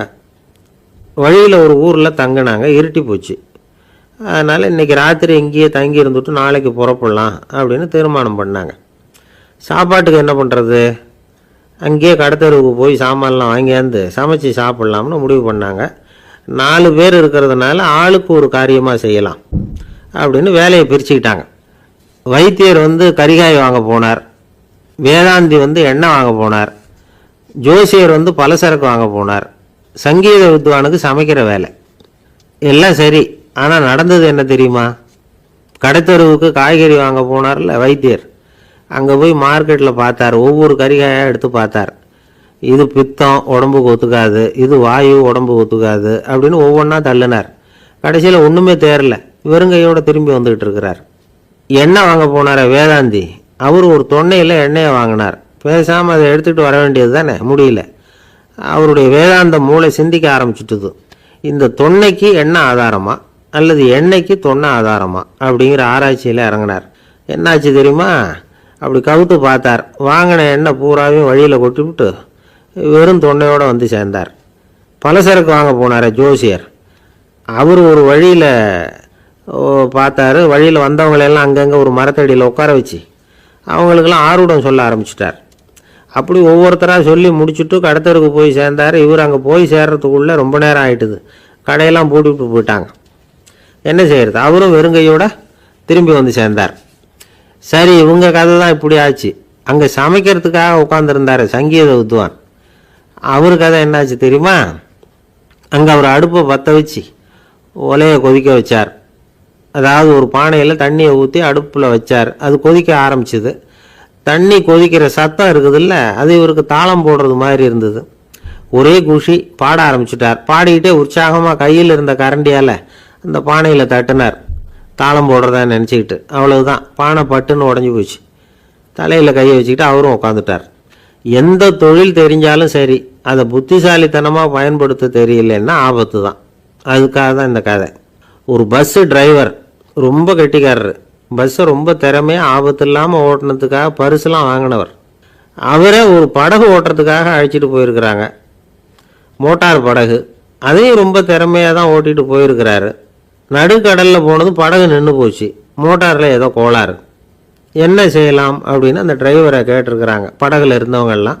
அப்போ அவர் சொன்னாராம், கவலைப்படாதீங்க, ஒன்றும் பிரச்சனை இல்லை, எல்லாரும் கொஞ்சம் கீழே இறங்கி பின்னாடி தள்ளுங்க, மோட்டார் ஸ்டார்ட் ஆகிடும் அப்படின்னாராம். ஒரு ஊரில் ஒரு இளைஞன் இருந்தான். ஒரு நாள் அவன் ஒரு குருவை தேடிக்கிட்டு புறப்பட்டான். ஊரை விட்டு வெளியில் போனான். போகிற வழியில் ஒரு காடு. அந்த காட்டில் ஒரு மரத்தடியில் ஒரு பெரியவர் உட்காந்துருக்கிறார். அமைதியாக மௌனமாக அவர் அமர்ந்திருக்கிறார்.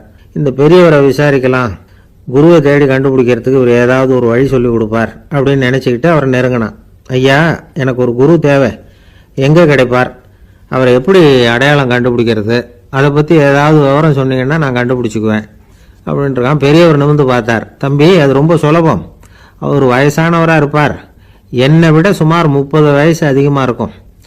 அவர் ஒரு மரத்தடியில் தான் உட்காந்துருப்பார் அப்படின்ட்டுருக்கான். சரிங்க பெரியவரே, அது என்ன மாதிரியான மரம், எப்படி இருக்கும் அப்படின்னு கேட்டிருக்கான். பெரியவர் அந்த விவரங்களையும் சொல்லியிருக்கிறாரு. அது மட்டும் இல்லை, சந்திக்கிற நாள், நேரம், வினாடி முதற்கொண்டு எல்லா விவரங்களையும் துல்லியமாக சொன்னாராம். இவ்வளவு விவரங்களை இவரால் எப்படி சொல்ல முடியுது அப்படின்னு இவனுக்கு ஆச்சரியம். இருந்தாலும் அந்த பெரியவர் கடைசியாக ஒரு விவரம் சொன்னார். அது என்ன தெரியுமா, எப்படியும் நீ அவரை சந்திக்கிறதுக்கு ஒரு 30 வருஷம் ஆகும் அப்படின்னு சொல்லிவிட்டாராம்.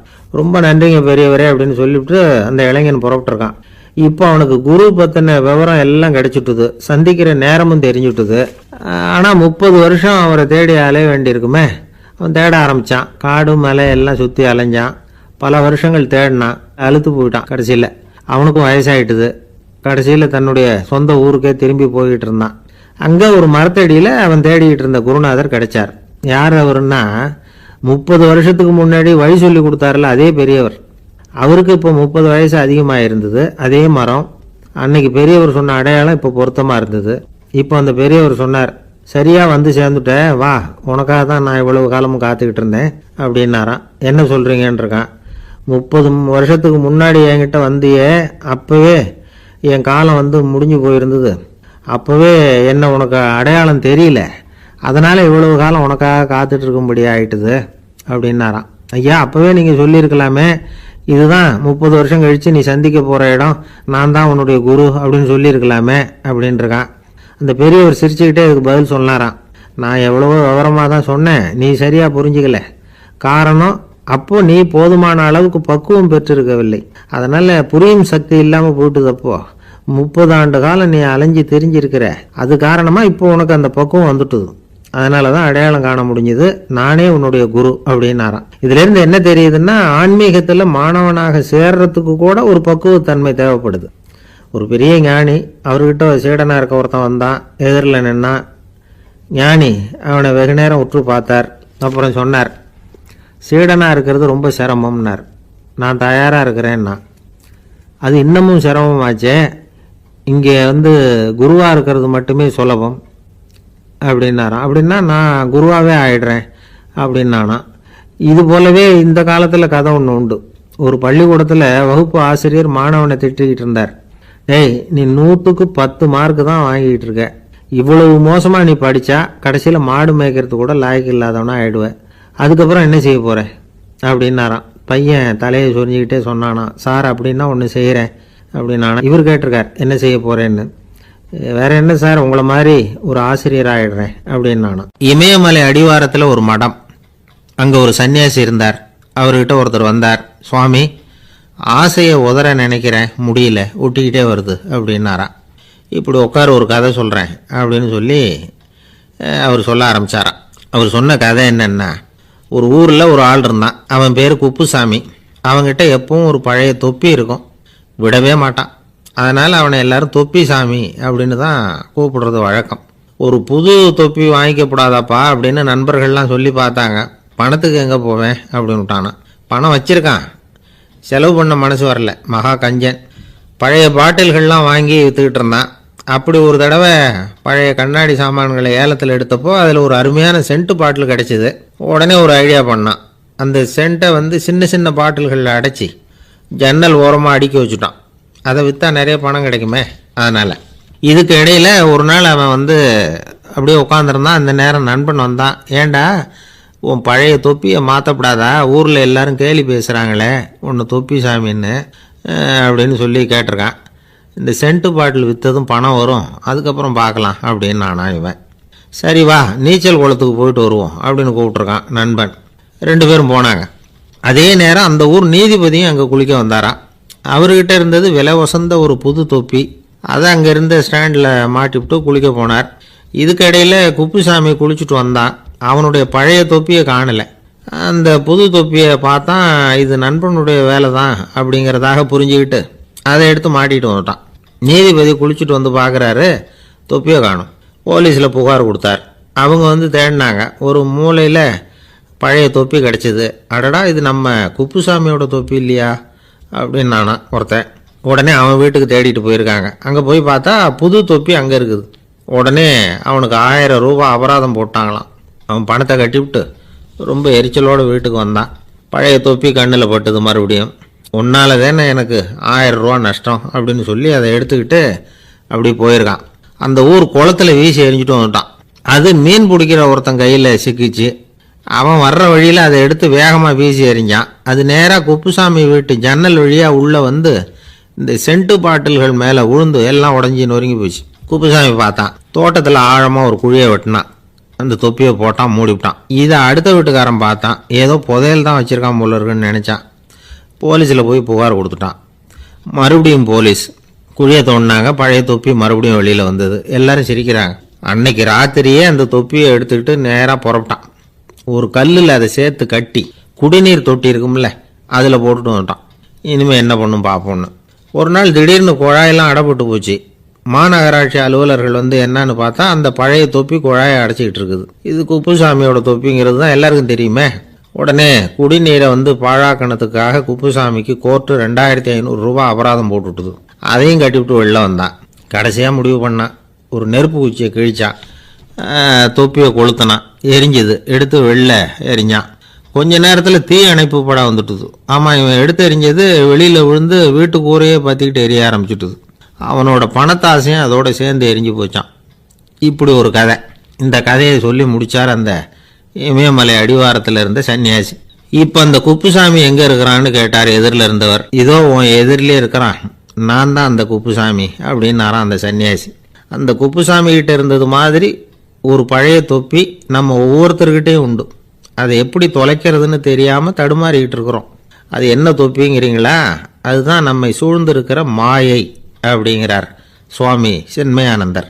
மெய்ஞானம் கிடைக்கிறப்போ மாயை வந்து எரிஞ்சு போகும் அப்படிங்கிறது அவருடைய கருத்து. நம்மால் ஒருத்தர் வேகமாக ஓடி வந்தார். காலில் மாட்டியிருந்த பழைய செருப்பு 2ஐயும் ஆவேசமாக தூக்கி ஒரு கிணத்துல போட்டுட்டு